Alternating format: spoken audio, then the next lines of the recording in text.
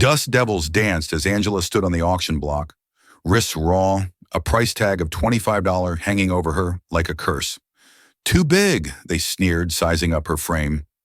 Little did they know, the man watching from the shadows saw not a burden, but a fortress. Aeon platform at the center of Wyatt's Crossing. People had come from nearby ranches and distant homesteads, not for cattle or horses, but for something rarer, a human auction. Not that anyone called it that aloud. Helping hands, they said. Unwanted mouths finding purpose. But everyone knew the truth. On the platform stood a girl. No, a woman. Angela, 22. Tall as a doorway, shoulders broad as a fence gate. She stood barefoot on the sun-bleached planks, wrists bound loosely, chin tilted upward like it mattered. Around her, the townspeople gawked like she was some traveling oddity. Who in their right minds want that? A man cackled. She'd crush a bed in one night, another muttered. Horse-yoked, snap under her weight came a third, drunk on dust and cruelty. Angela's throat burned, not from the heat, but from swallowing every insult like it did not matter. Her family, what was left of it, had sold her to the trader for a bag of flour, a pound of lard, and a promise they would not starve. She was too big, they had said. No one would marry her. Better she work than waste. I said, well, start at 50, barked the auctioneer, Clyde Hargrove, his voice oily with impatience. $50 for a working woman, big as a draft mule and just as strong. No hands rose. Angela's mind drifted. She was 8 again, lifting split logs with her father in the snowy foothills. The two of them laughing at how quickly they cleared the yard. Her strength had been a gift then. Something he admired. You're stronger than most boys, he'd say. And that's nothing to be ashamed of. Ever took him the same year their farm gave out. Harrov paced around her. 40. Come on, gentlemen, look at her arms. She could carry 2 buckets a mile without breaking a sweat. Still nothing. Angela's hands clenched.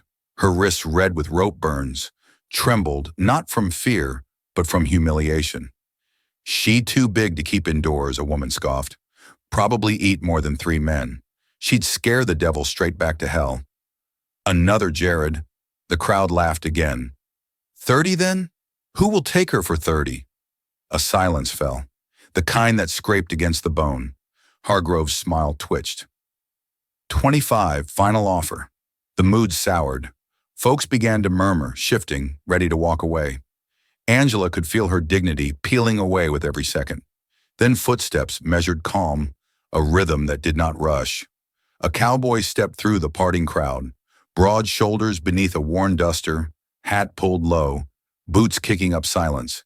Dennis Cole. Most folks only whispered his name, a man who never drank, never bragged, but whose word on land or cattle was gold. He owned no more than he needed, but no one crossed him. He walked straight to the platform and looked up. The murmurs had stopped. Even Harrov froze. Angela looked down, braced for more judgment. Instead, Dennis set his hat aside, climbed the steps, and without asking, slid one arm under her knees, the other behind her back, and lifted her like she weighed nothing. Gas rippled through the square. Angela's breath caught. She should have struggled, but the moment his arm steadied her, something unfamiliar surged through her chest. Respect. Dennis looked at the stunned crowd, then at Angela. His voice was quiet, but it carried like thunder. You're just right for my arms. The square fell silent. No one laughed. No one spoke. Even the wind seemed to hold its breath. Angela's heart pounded as he carried her down the steps, past the people who had mocked her. Not a word was said, but something had shifted. A crowd that once saw her as a joke now watched like they'd witnessed something sacred. As Dennis turned the corner of the square, the first tear escaped down Angela's cheek. Not from shame, from the simple shock of being chosen. If your heart skipped at that moment when strength met gentleness, tap the H button and help us keep these stories alive. The frontier has many tales, but few as bold as this one. The wagon creaked as it rolled out of Wyatt's Crossing. Angela sat stiffly, the rough wooden seat biting into her back. The auction still echoed. Laughter, whispers, shame. Only one voice had cut through. Dennis Cole's. He now sat beside her, silent as the horse's hooves clapped down the trail. "You didn't have to buy me," she said. "Wasn't buying," Dennis replied. "Just stopping a circus. Is that what I was? A sideshow?" He didn't answer. He reached behind the bench, pulled out a folded wool coat, and handed it to her for the rope burns. She hesitated, then draped it over her shoulders. It smelled faintly of pine and saddle oil. "I don't need pity." "Good, I don't offer it." Silence again. Not cold, just unfinished. The trail curved through red hills and sagebrush. Mountains loomed in the distance, still crowned in snow. Angela held the coat tighter. Her wrists throbbed, but not as much as the ache behind her ribs. Back in town, she'd been sold like cattle. But next to this quiet man, she didn't know what she was. As the sun dipped lower, two riders passed on horseback. One tipped his hat, muttered, "Still collecting strays." "Cole." Dennis didn't respond. Angela caught the tension. "They know you. Everyone does. Small town. What do they say?" He paused. "That I don't take bribes, don't drink, don't marry for money." She blinked. That last part sounds personal at offers. Didn't like the terms. She studied him. "So you live alone. No wife, no family, and people think you're strange." He finally met her eyes. "You think I'm strange too?" "I think people fear what they don't understand," she said. "I should know." He turned back to the trail, but his jaw eased. By twilight, the wagon rolled into a narrow canyon. Angela saw it, then tucked into the valley like a secret. Dennis's ranch. The house was modest, wood and stone, smoke curled from the chimney, a corral stretched to the east, horses grazing quietly. No workers, no voices, just wind and creaking hinges. Angela climbed down and followed him inside. The house was simple, clean, quiet, a rifle above the hearth, books on the walls, a faded photo on the mantel, a young woman, soft eyes, windswept hair. Angela paused. "Your wife," Dennis froze at the stove, kettle in hand, "was going to be." He set it down, voice low. "Her name was Eliza. We were coming back from visiting her mother. 5 men ambushed us, wanted my horses. She didn't make it." Angela's breath caught. "I'm sorry, she was small," he said. "People said she wasn't made for ranch life. But she had fire. Wouldn't let a man speak cruel without answering back." Angela stepped closer. "You still love her?" He nodded once. "Some things don't leave you, even if the world does." She turned. The firelight caught the bruises on her arms. "Then why take me in? You barely know me." He met her eyes. "Because I saw something familiar, not in your size, in your eyes." Angela looked down, throat tight. "You're not a stray," he said. "You're someone the world misunderstood. So was I." Angela looked at him again, and for the first time since Wyatt's crossing, she didn't feel ashamed of who she was. Angela had never known silence like this. Not the kind that wrapped around your ears like cotton, but the kind that echoed in your chest. Dennis's ranch was peaceful. No shouting, no orders, but even freedom could feel like a strange kind of prison when you did not know what to do with it. She moved around the house carefully, trying not to knock over furniture with her elbows or shoulders. The house wasn't cramped, but it felt like it was closing in. Each morning she rose early. Habit, not desire. She chopped wood, fetched water, swept the porch. Not because Dennis asked, he never did, but because stillness made her feel useless, like she was waiting to be told what she was for. At night they ate quietly under lamplight. He'd asked how she liked her stew. She said it was fine. He offered the last biscuit. She refused. He nodded. But Dennis noticed things. One afternoon she stepped through the front door and stopped. The frame, low enough to brush her forehead, was now taller. Dennis didn't say a word, just passed her with a shovel over his shoulder, whistling. Another day, a new chair appeared at the table. Sturdier, wider, built from oak. For once, she didn't feel like she might break something by sitting. That evening, she said, "Thank you." He didn't look up. About time the house fit both of us. Angela didn't know what to say. No one had made space for her before. He didn't look at her like others did. No calculation, no pity, just clear, steady eyes like he saw her and didn't flinch. Still, trust didn't come easy. She kept her distance. He never crossed it. Sometimes she caught him watching her split logs or mend her dress. Not with curiosity, but with respect, like he was learning. Serge, but the silence lingered. The wall remained. She wanted to leave. He, she suspected, wanted her to stay. That tension sat between them like a coiled rope. Never pulled, never slack. Then came the night at the saloon. They rode into town for supplies. The general store had closed early, so Dennis offered a drink. She hesitated, then agreed. Inside, the air was heavy with smoke and sweat. Laughter too loud. Boots thudded. The piano clanged out of tune. Angela tried to shrink, but there was no hiding someone like her in Wyatt's Crossing. The muttering started. He's built like a barn door. Bet she lifts the whole bed. Yours, Cole. Hope your ribs are insured. Dennis said nothing, just sipped his whiskey jaw tight. Angela stared at the floor. Then a drunk, red-faced and swaying, stumbled toward her. Hey, big girl, he slurred. Bet you could toss me clear across the room, huh? She turned away. He grabbed her wrist. That was enough. Dennis was across the room in seconds. No shouting, no gun, just a firm grip on the man's wrist. He twisted it. The mug dropped. The saloon fell silent. Dennis leaned in, voice low and sharp. Touch her again, and you'll answer to me. The drunk stumbled back, clutching his arm. Even the piano player froze. Angela's chest tightened, not from fear, but from what she saw in Dennis's face. Not anger, not pride, just calm protection. Outside, walking to the wagon, she said, You didn't have to do that. He looked at her. Yes, I did. She looked away, warmth rising in her chest. At the ranch, she paused at the door. You're not like other men. Dennis met her eyes. Neither are you like other women. And for once, that didn't feel like a curse. That night, while coyotes cried in the hills, Angela sat in her new chair by the fire.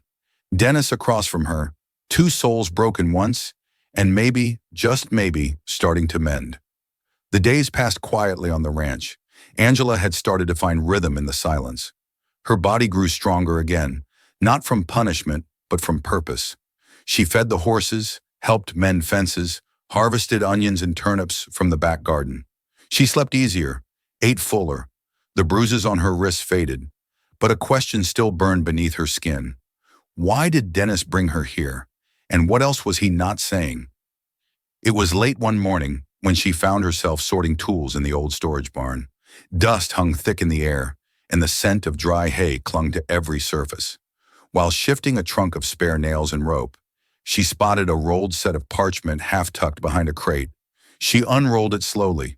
Blueprints, detailed plans for new paddocks, expanded fencing, irrigation lines. But what caught her eye were the notes in the margins, initials she didn't recognize, and symbols marked like boundaries. Angela squinted. None of the symbols matched a brand she'd seen on crates from the East Pasture. Another matched the crest painted on wagons from a neighboring ranch, Redstone Holdings. The largest spread in 3 counties run by a man she'd only heard of in whispers, Silas Merritt. Angela rolled up the parchment, heart beating faster. That evening, as they sat by the fire, she finally asked, Who is Silas Merritt? Dennis didn't look up. He kept sharpening his knife, steady strokes against the wet stone. Well, I saw his mark on the blueprints. He paused. The knife stopped mid-stroke. After a moment, he set both blade and stone aside. He wanted to buy this land, Dennis said. All of it 10 years back. Angela waited. I said no. So he tried another way. Offered marriage to my fiancée, thinking I'd fold if it came with a ring and a doughy. Her chest tightened. She refused. Dennis's voice lowered. She didn't get the chance. Cabin fire? No proof. No witnesses. But the sheriff found boot prints outside. Not mine. Angela felt the chill long before the fire cracked. You think it was him? I know it. Silence grew heavy between them. Only the flames spoke, licking against the stone hearth. Angela stared at her hands. Is that why you live like this alone? Dennis met her gaze. It's easier than watching people pretend justice comes when you wait for it. Angela didn't answer, but that night she dreamed of smoke, of footsteps in the dark, of wounds that never fully closed. A week later, they rode into town. Angela had come to pick up leather from the tanner, enough to repair 2 saddles. Dennis was meeting a supplier near the stockyard. He stepped into the market alley, head high, shoulders square. Then came the voices. That's her, the giant girl. Not girl, beast. They say he took her in 'cause she's strong as a mule. Or maybe it's the land he's after. A cluster of women stood outside the fabric store, their smiles sharp as hat pins. One leaned closer, eyes glinting. You married yet, or just playing house for acreage? Another one snorted. She looks like a bull in a bonnet. Poor man. Must have lost his mind. Angela froze. Her grip tightened on the leather parcel. She turned to walk away, but her boot caught the edge of a step. The bundle slipped from her arms, landing with a thud. The laughter started, sharp, vicious, and then quiet boot steps. Angela turned and saw Dennis standing between her and the women. He knelt, picked up the bundle, brushed it off like it was priceless, and placed it gently back into her arms.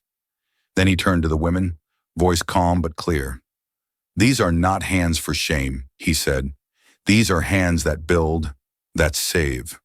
The silence that followed was thunderous. Not a word from the group, not even a breath. He looked back at Angela. You ready to go? She nodded. They walked away. No more laughter followed them, and for the first time in years, Angela felt something new bloom in her chest. Not pride, not defiance, something quieter, belonging. The wind carried whispers like wildfire through the dusty town of Greer's Hollow. They started small, murmurs behind closed doors, sideways glances at the market. But by the end of the week, the rumors had grown teeth. They say she's cursed, one voice said. Brings misfortune wherever she goes, said another. Big as a barn and twice as dangerous. Angela heard it all. Each word felt like grit under her skin. At first, she ignored them, stared straight ahead, and kept to her work.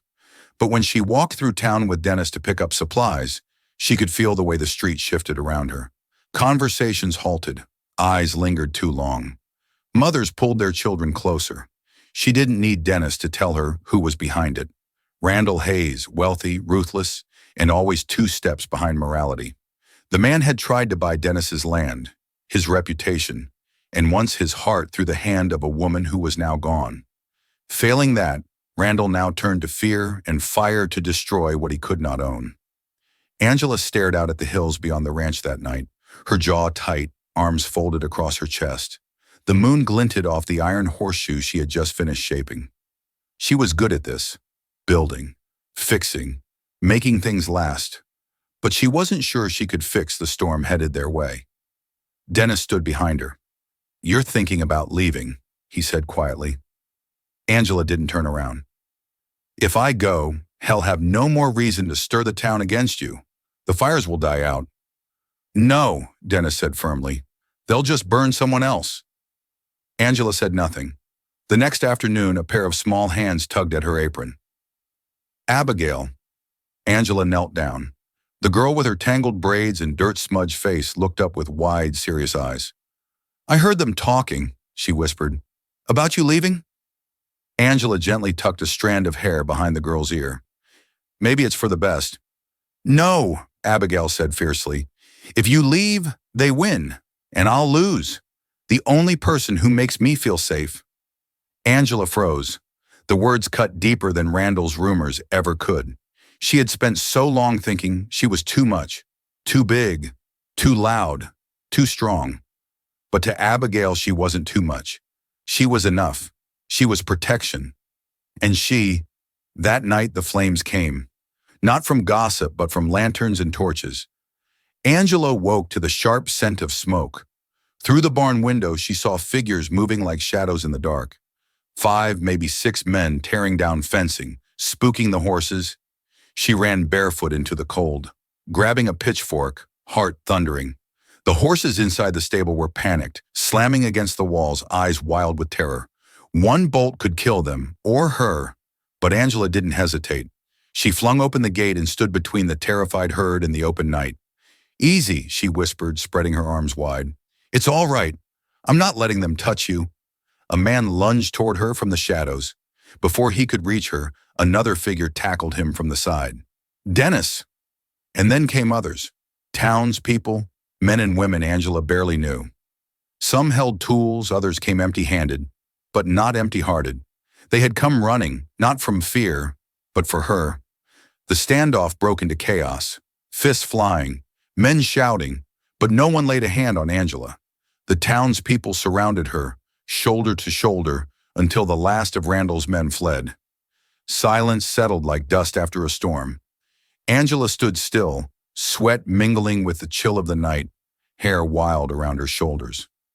Dennis stepped forward, his face bruised, his shirt torn, but his eyes only on her. Without a word, he wrapped his arms around her. Tight, sure, warm. "She's not too big," Dennis said loudly, turning to face the crowd. "She's the reason we're still standing." No one spoke. Then someone, maybe Abigail's father, nodded. Another man removed his hat.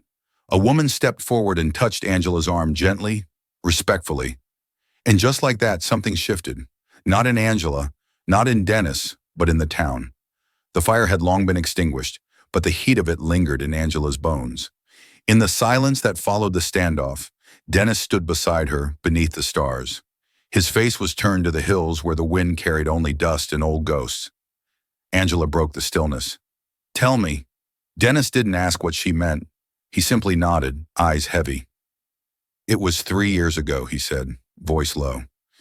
"Randall came to me with an offer. Said he wanted to buy the ranch. Said if I didn't sell, he'd find another way to take it." Angela folded her arms, jaw tense. "I didn't take him seriously until he started showing up wherever Claire went, whispering to her, offering her a better life, more money, more peace." "Claire?" Angela asked. "My fiancée," Dennis said. "She wanted to stay. She believed we could outlast him. But one night the barn went up in flames. She was inside." Angela's chest tightened. "You think he did it?" "I know he did," Dennis said, eyes hard. "But the sheriff said it was lightning. Freak accident, they called it." Randall's hands stayed clean. A heavy silence settled between them. Angela's voice was quiet. "Is that why you kept me here? To fill her place?" Dennis didn't answer right away. When he did, it wasn't defensive. It was honest. "Maybe at first," he admitted. "Maybe I saw a second chance. Someone strong enough to help me keep this land. Keep fighting." He turned to face her. "But not anymore. Because you're not her. You're not anyone's shadow. You're the reason I still believe people like us deserve more than grief." Angela looked away, tears stinging at the edges of her vision. Not from sorrow, from recognition. Later that week, the town council called a public meeting at the chapel. The air was thick with tension. People packed the pews. Randall Hayes stood near the pulpit, smug in his tailored vest, flanked by his supporters. "I warned you," Randall said, his voice loud and oily. "I warned you all what would happen if we let a monster take root in our town." Gasps rose from the crowd. Dennis stood near the back, fists clenched. "This woman," Randall sneered, "was bought like cattle at an auction, and now she threatens our children, our livelihoods. You call it strength, I call it corruption." Angela rose slowly from the bench. Her boots echoed as she walked down the center aisle, heads turning, murmurs rising. She didn't speak at first. Instead, she pulled something from her belt, a woodcutter's axe. Not to threaten, but to hold as a symbol. She stepped onto the front dais facing the room. "If being strong is a crime," Angela said, voice calm and clear, "then I am guilty." Silence. "But don't forget, strength built your barns after the storm. Strength lifted your wagons out of the mud. Strength carved this town from stone and dust." She raised the axe slightly. "This axe chopped firewood for the schoolhouse. It repaired the fence that kept your cattle in. And last night it stood between your children and chaos." She turned to Randall. "You call me a monster. I say you're afraid, not of me, but of the idea that someone like me doesn't need your permission to be worth something." The chapel was deathly quiet. Then someone stood, an old woman. She nodded once firmly. A farmer rose next. Then a school teacher. One by one, townsfolk stood. No cheers, no applause, just quiet defiance. Randall's smirk faltered. Angela stepped back, not victorious, but unafraid.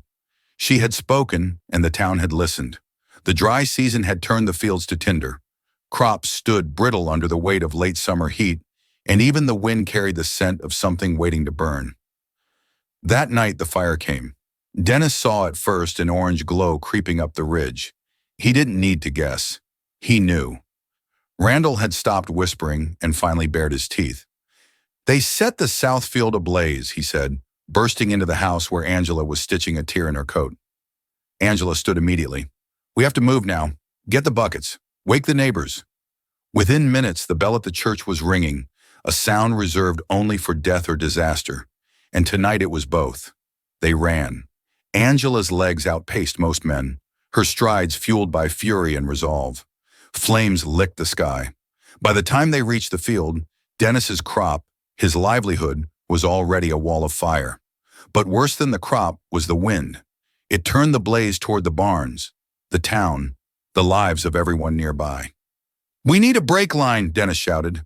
Angela's eyes swept the property. There was an old wooden livestock wall behind the barn, 30 ft long, thick with rot and termites. "If we pull it down, it'll form a barrier," she said. Dennis blinked. It would take 10 men. Angela was already moving. He gripped the first beam. Muscles in her arms bunched and pulled. With a roar, she yanked, and the post cracked from its base. The townsfolk watched in stunned silence as she moved beam after beam, the structure groaning like a beast in its final breath. Then with one final heave, the entire wall came down, slamming to the earth with a thunderous crash. Right in the path of the fire, it worked. The flames hit the wall and scattered, losing strength in the break. Buckets of water followed, men and women working side by side, until the last spark died beneath their feet. When it was over, Angela stood soaked in sweat, ash coating her arms, the handle of a broken beam still in her hand. She turned and saw them watching the town, the ones who had once called her too much, too strong, a burden. Now they looked at her with awe, with respect, with gratitude. A man stepped forward, a rancher whose fence Angela had once helped mend in silence. "You saved my barn," he said simply.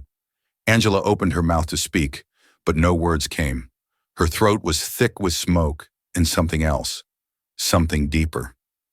Another voice followed. "Mine too. Then my daughter was in the house behind that barn. You saved her."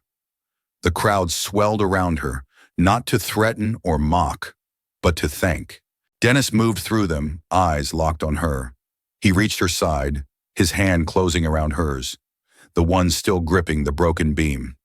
"She's not too big," he said, his voice steady. "She's the reason we're still standing." No one laughed. They nodded. One by one, heads turned from Randall, who stood near the road on horseback, flanked by only a few loyal men. Someone muttered, "Coward, didn't even bring a bucket." Another, "He just watched." And then silence, except for the distant crackle of dying embers and the steady breathing of a town that had just found its backbone. Randall turned his horse and rode away. This time no one followed. The autumn wind carried the scent of baked apples and woodsome smoke through the town square, where lanterns swayed gently above rows of pies, hand-carved pumpkins, and ribbon-tied stalks of wheat. It was the harvest festival, once a celebration Angela had only heard about from a distance. Now she stood at the center of it. Children darted past with sticky fingers and ribbons in their hair. The townsfolk milled about, not avoiding her gaze, but seeking it, smiling, nodding, thanking. It had been weeks since the fire, weeks since Angela had pulled down a wall, and in doing so, built something new. "Trust Angela." The mayor's voice rang out from the makeshift stage. "Would you come up here, please?" She hesitated for a breath, her palms suddenly clammy, but Dennis beside her touched her back gently. "You earned this," he whispered. She walked slowly to the stage. The crowd parted. No laughter followed, no whispers, only the sound of clapping, steady, genuine, growing louder with every step. She reached the platform. The mayor took her hand. "Miss Angela," he said, "once some people saw your strength as strange. Now we see it for what it truly is, a gift. This year's Harvest Festival is not just about grain and fruit. It's about who kept the ground beneath us from burning. Please accept our thanks." The crowd roared. On Angela blinked hard against the sting behind her eyes. Then Dennis stepped up beside her. He held something in his hand, a silver arm cuff, delicately engraved, old and polished, smooth by time. "My mother wore this," he said softly, though his voice carried. "She gave it to my sister, and when she passed, I kept it, thinking I'd never find someone strong enough to wear it. Not strong in arms, but in spirit." He turned to Angela, his gaze steady. "You were never too big. You were always just right for this town, for this life, and for me." The crowd hushed. He gently slipped the bracelet over her wrist. Angela looked down at it, then up into Dennis's eyes. The silver caught the lantern light, but it was the warmth in his gaze that held her still. People began to cheer loudly. Someone shouted, "About time!" And laughter rose, this time not cruel, but bright and full of joy. Angela smiled. Not the tight smile she'd learned to wear in pain, not the polite smile to keep people at ease, but a true smile, wide, unguarded, radiant. Dennis offered his arm. She took it, and together they stepped off the stage. The town swelled around them. No longer an audience, but a community. Children ran to her, asking about the fire, the horses, the wall. Women invited her to join the baking table. Men clapped her on the shoulder as if she'd been there all her life. No one said, "Too big." No one said, "Not like us." They said, "You belong here." And she did. Later that night, as the music played and dancers spun in circles beneath the moonlight, Angela stood by the fire pit, Dennis beside her. Abigail tugged at her hand, sticky with cider. "Will you dance with me?" the girl asked. Angela laughed. "I'm not much of a dancer." Dennis leaned in. "You pulled down a wall and saved a town. I think you can handle a few steps." Angela took Abigail's hand, and then she took Dennis's. They danced, not perfectly, not gracefully, but fully, joyfully, alive. The townsfolk joined, laughter ringing into the stars. Angela looked around at the faces, the lights, the land she now helped protect. She was no longer a girl sold on a platform judged for what she was. She was a woman who had built something, a life, a home, and finally freedom. Under Western stars, beside the man who saw her as just right, Angela found more than freedom.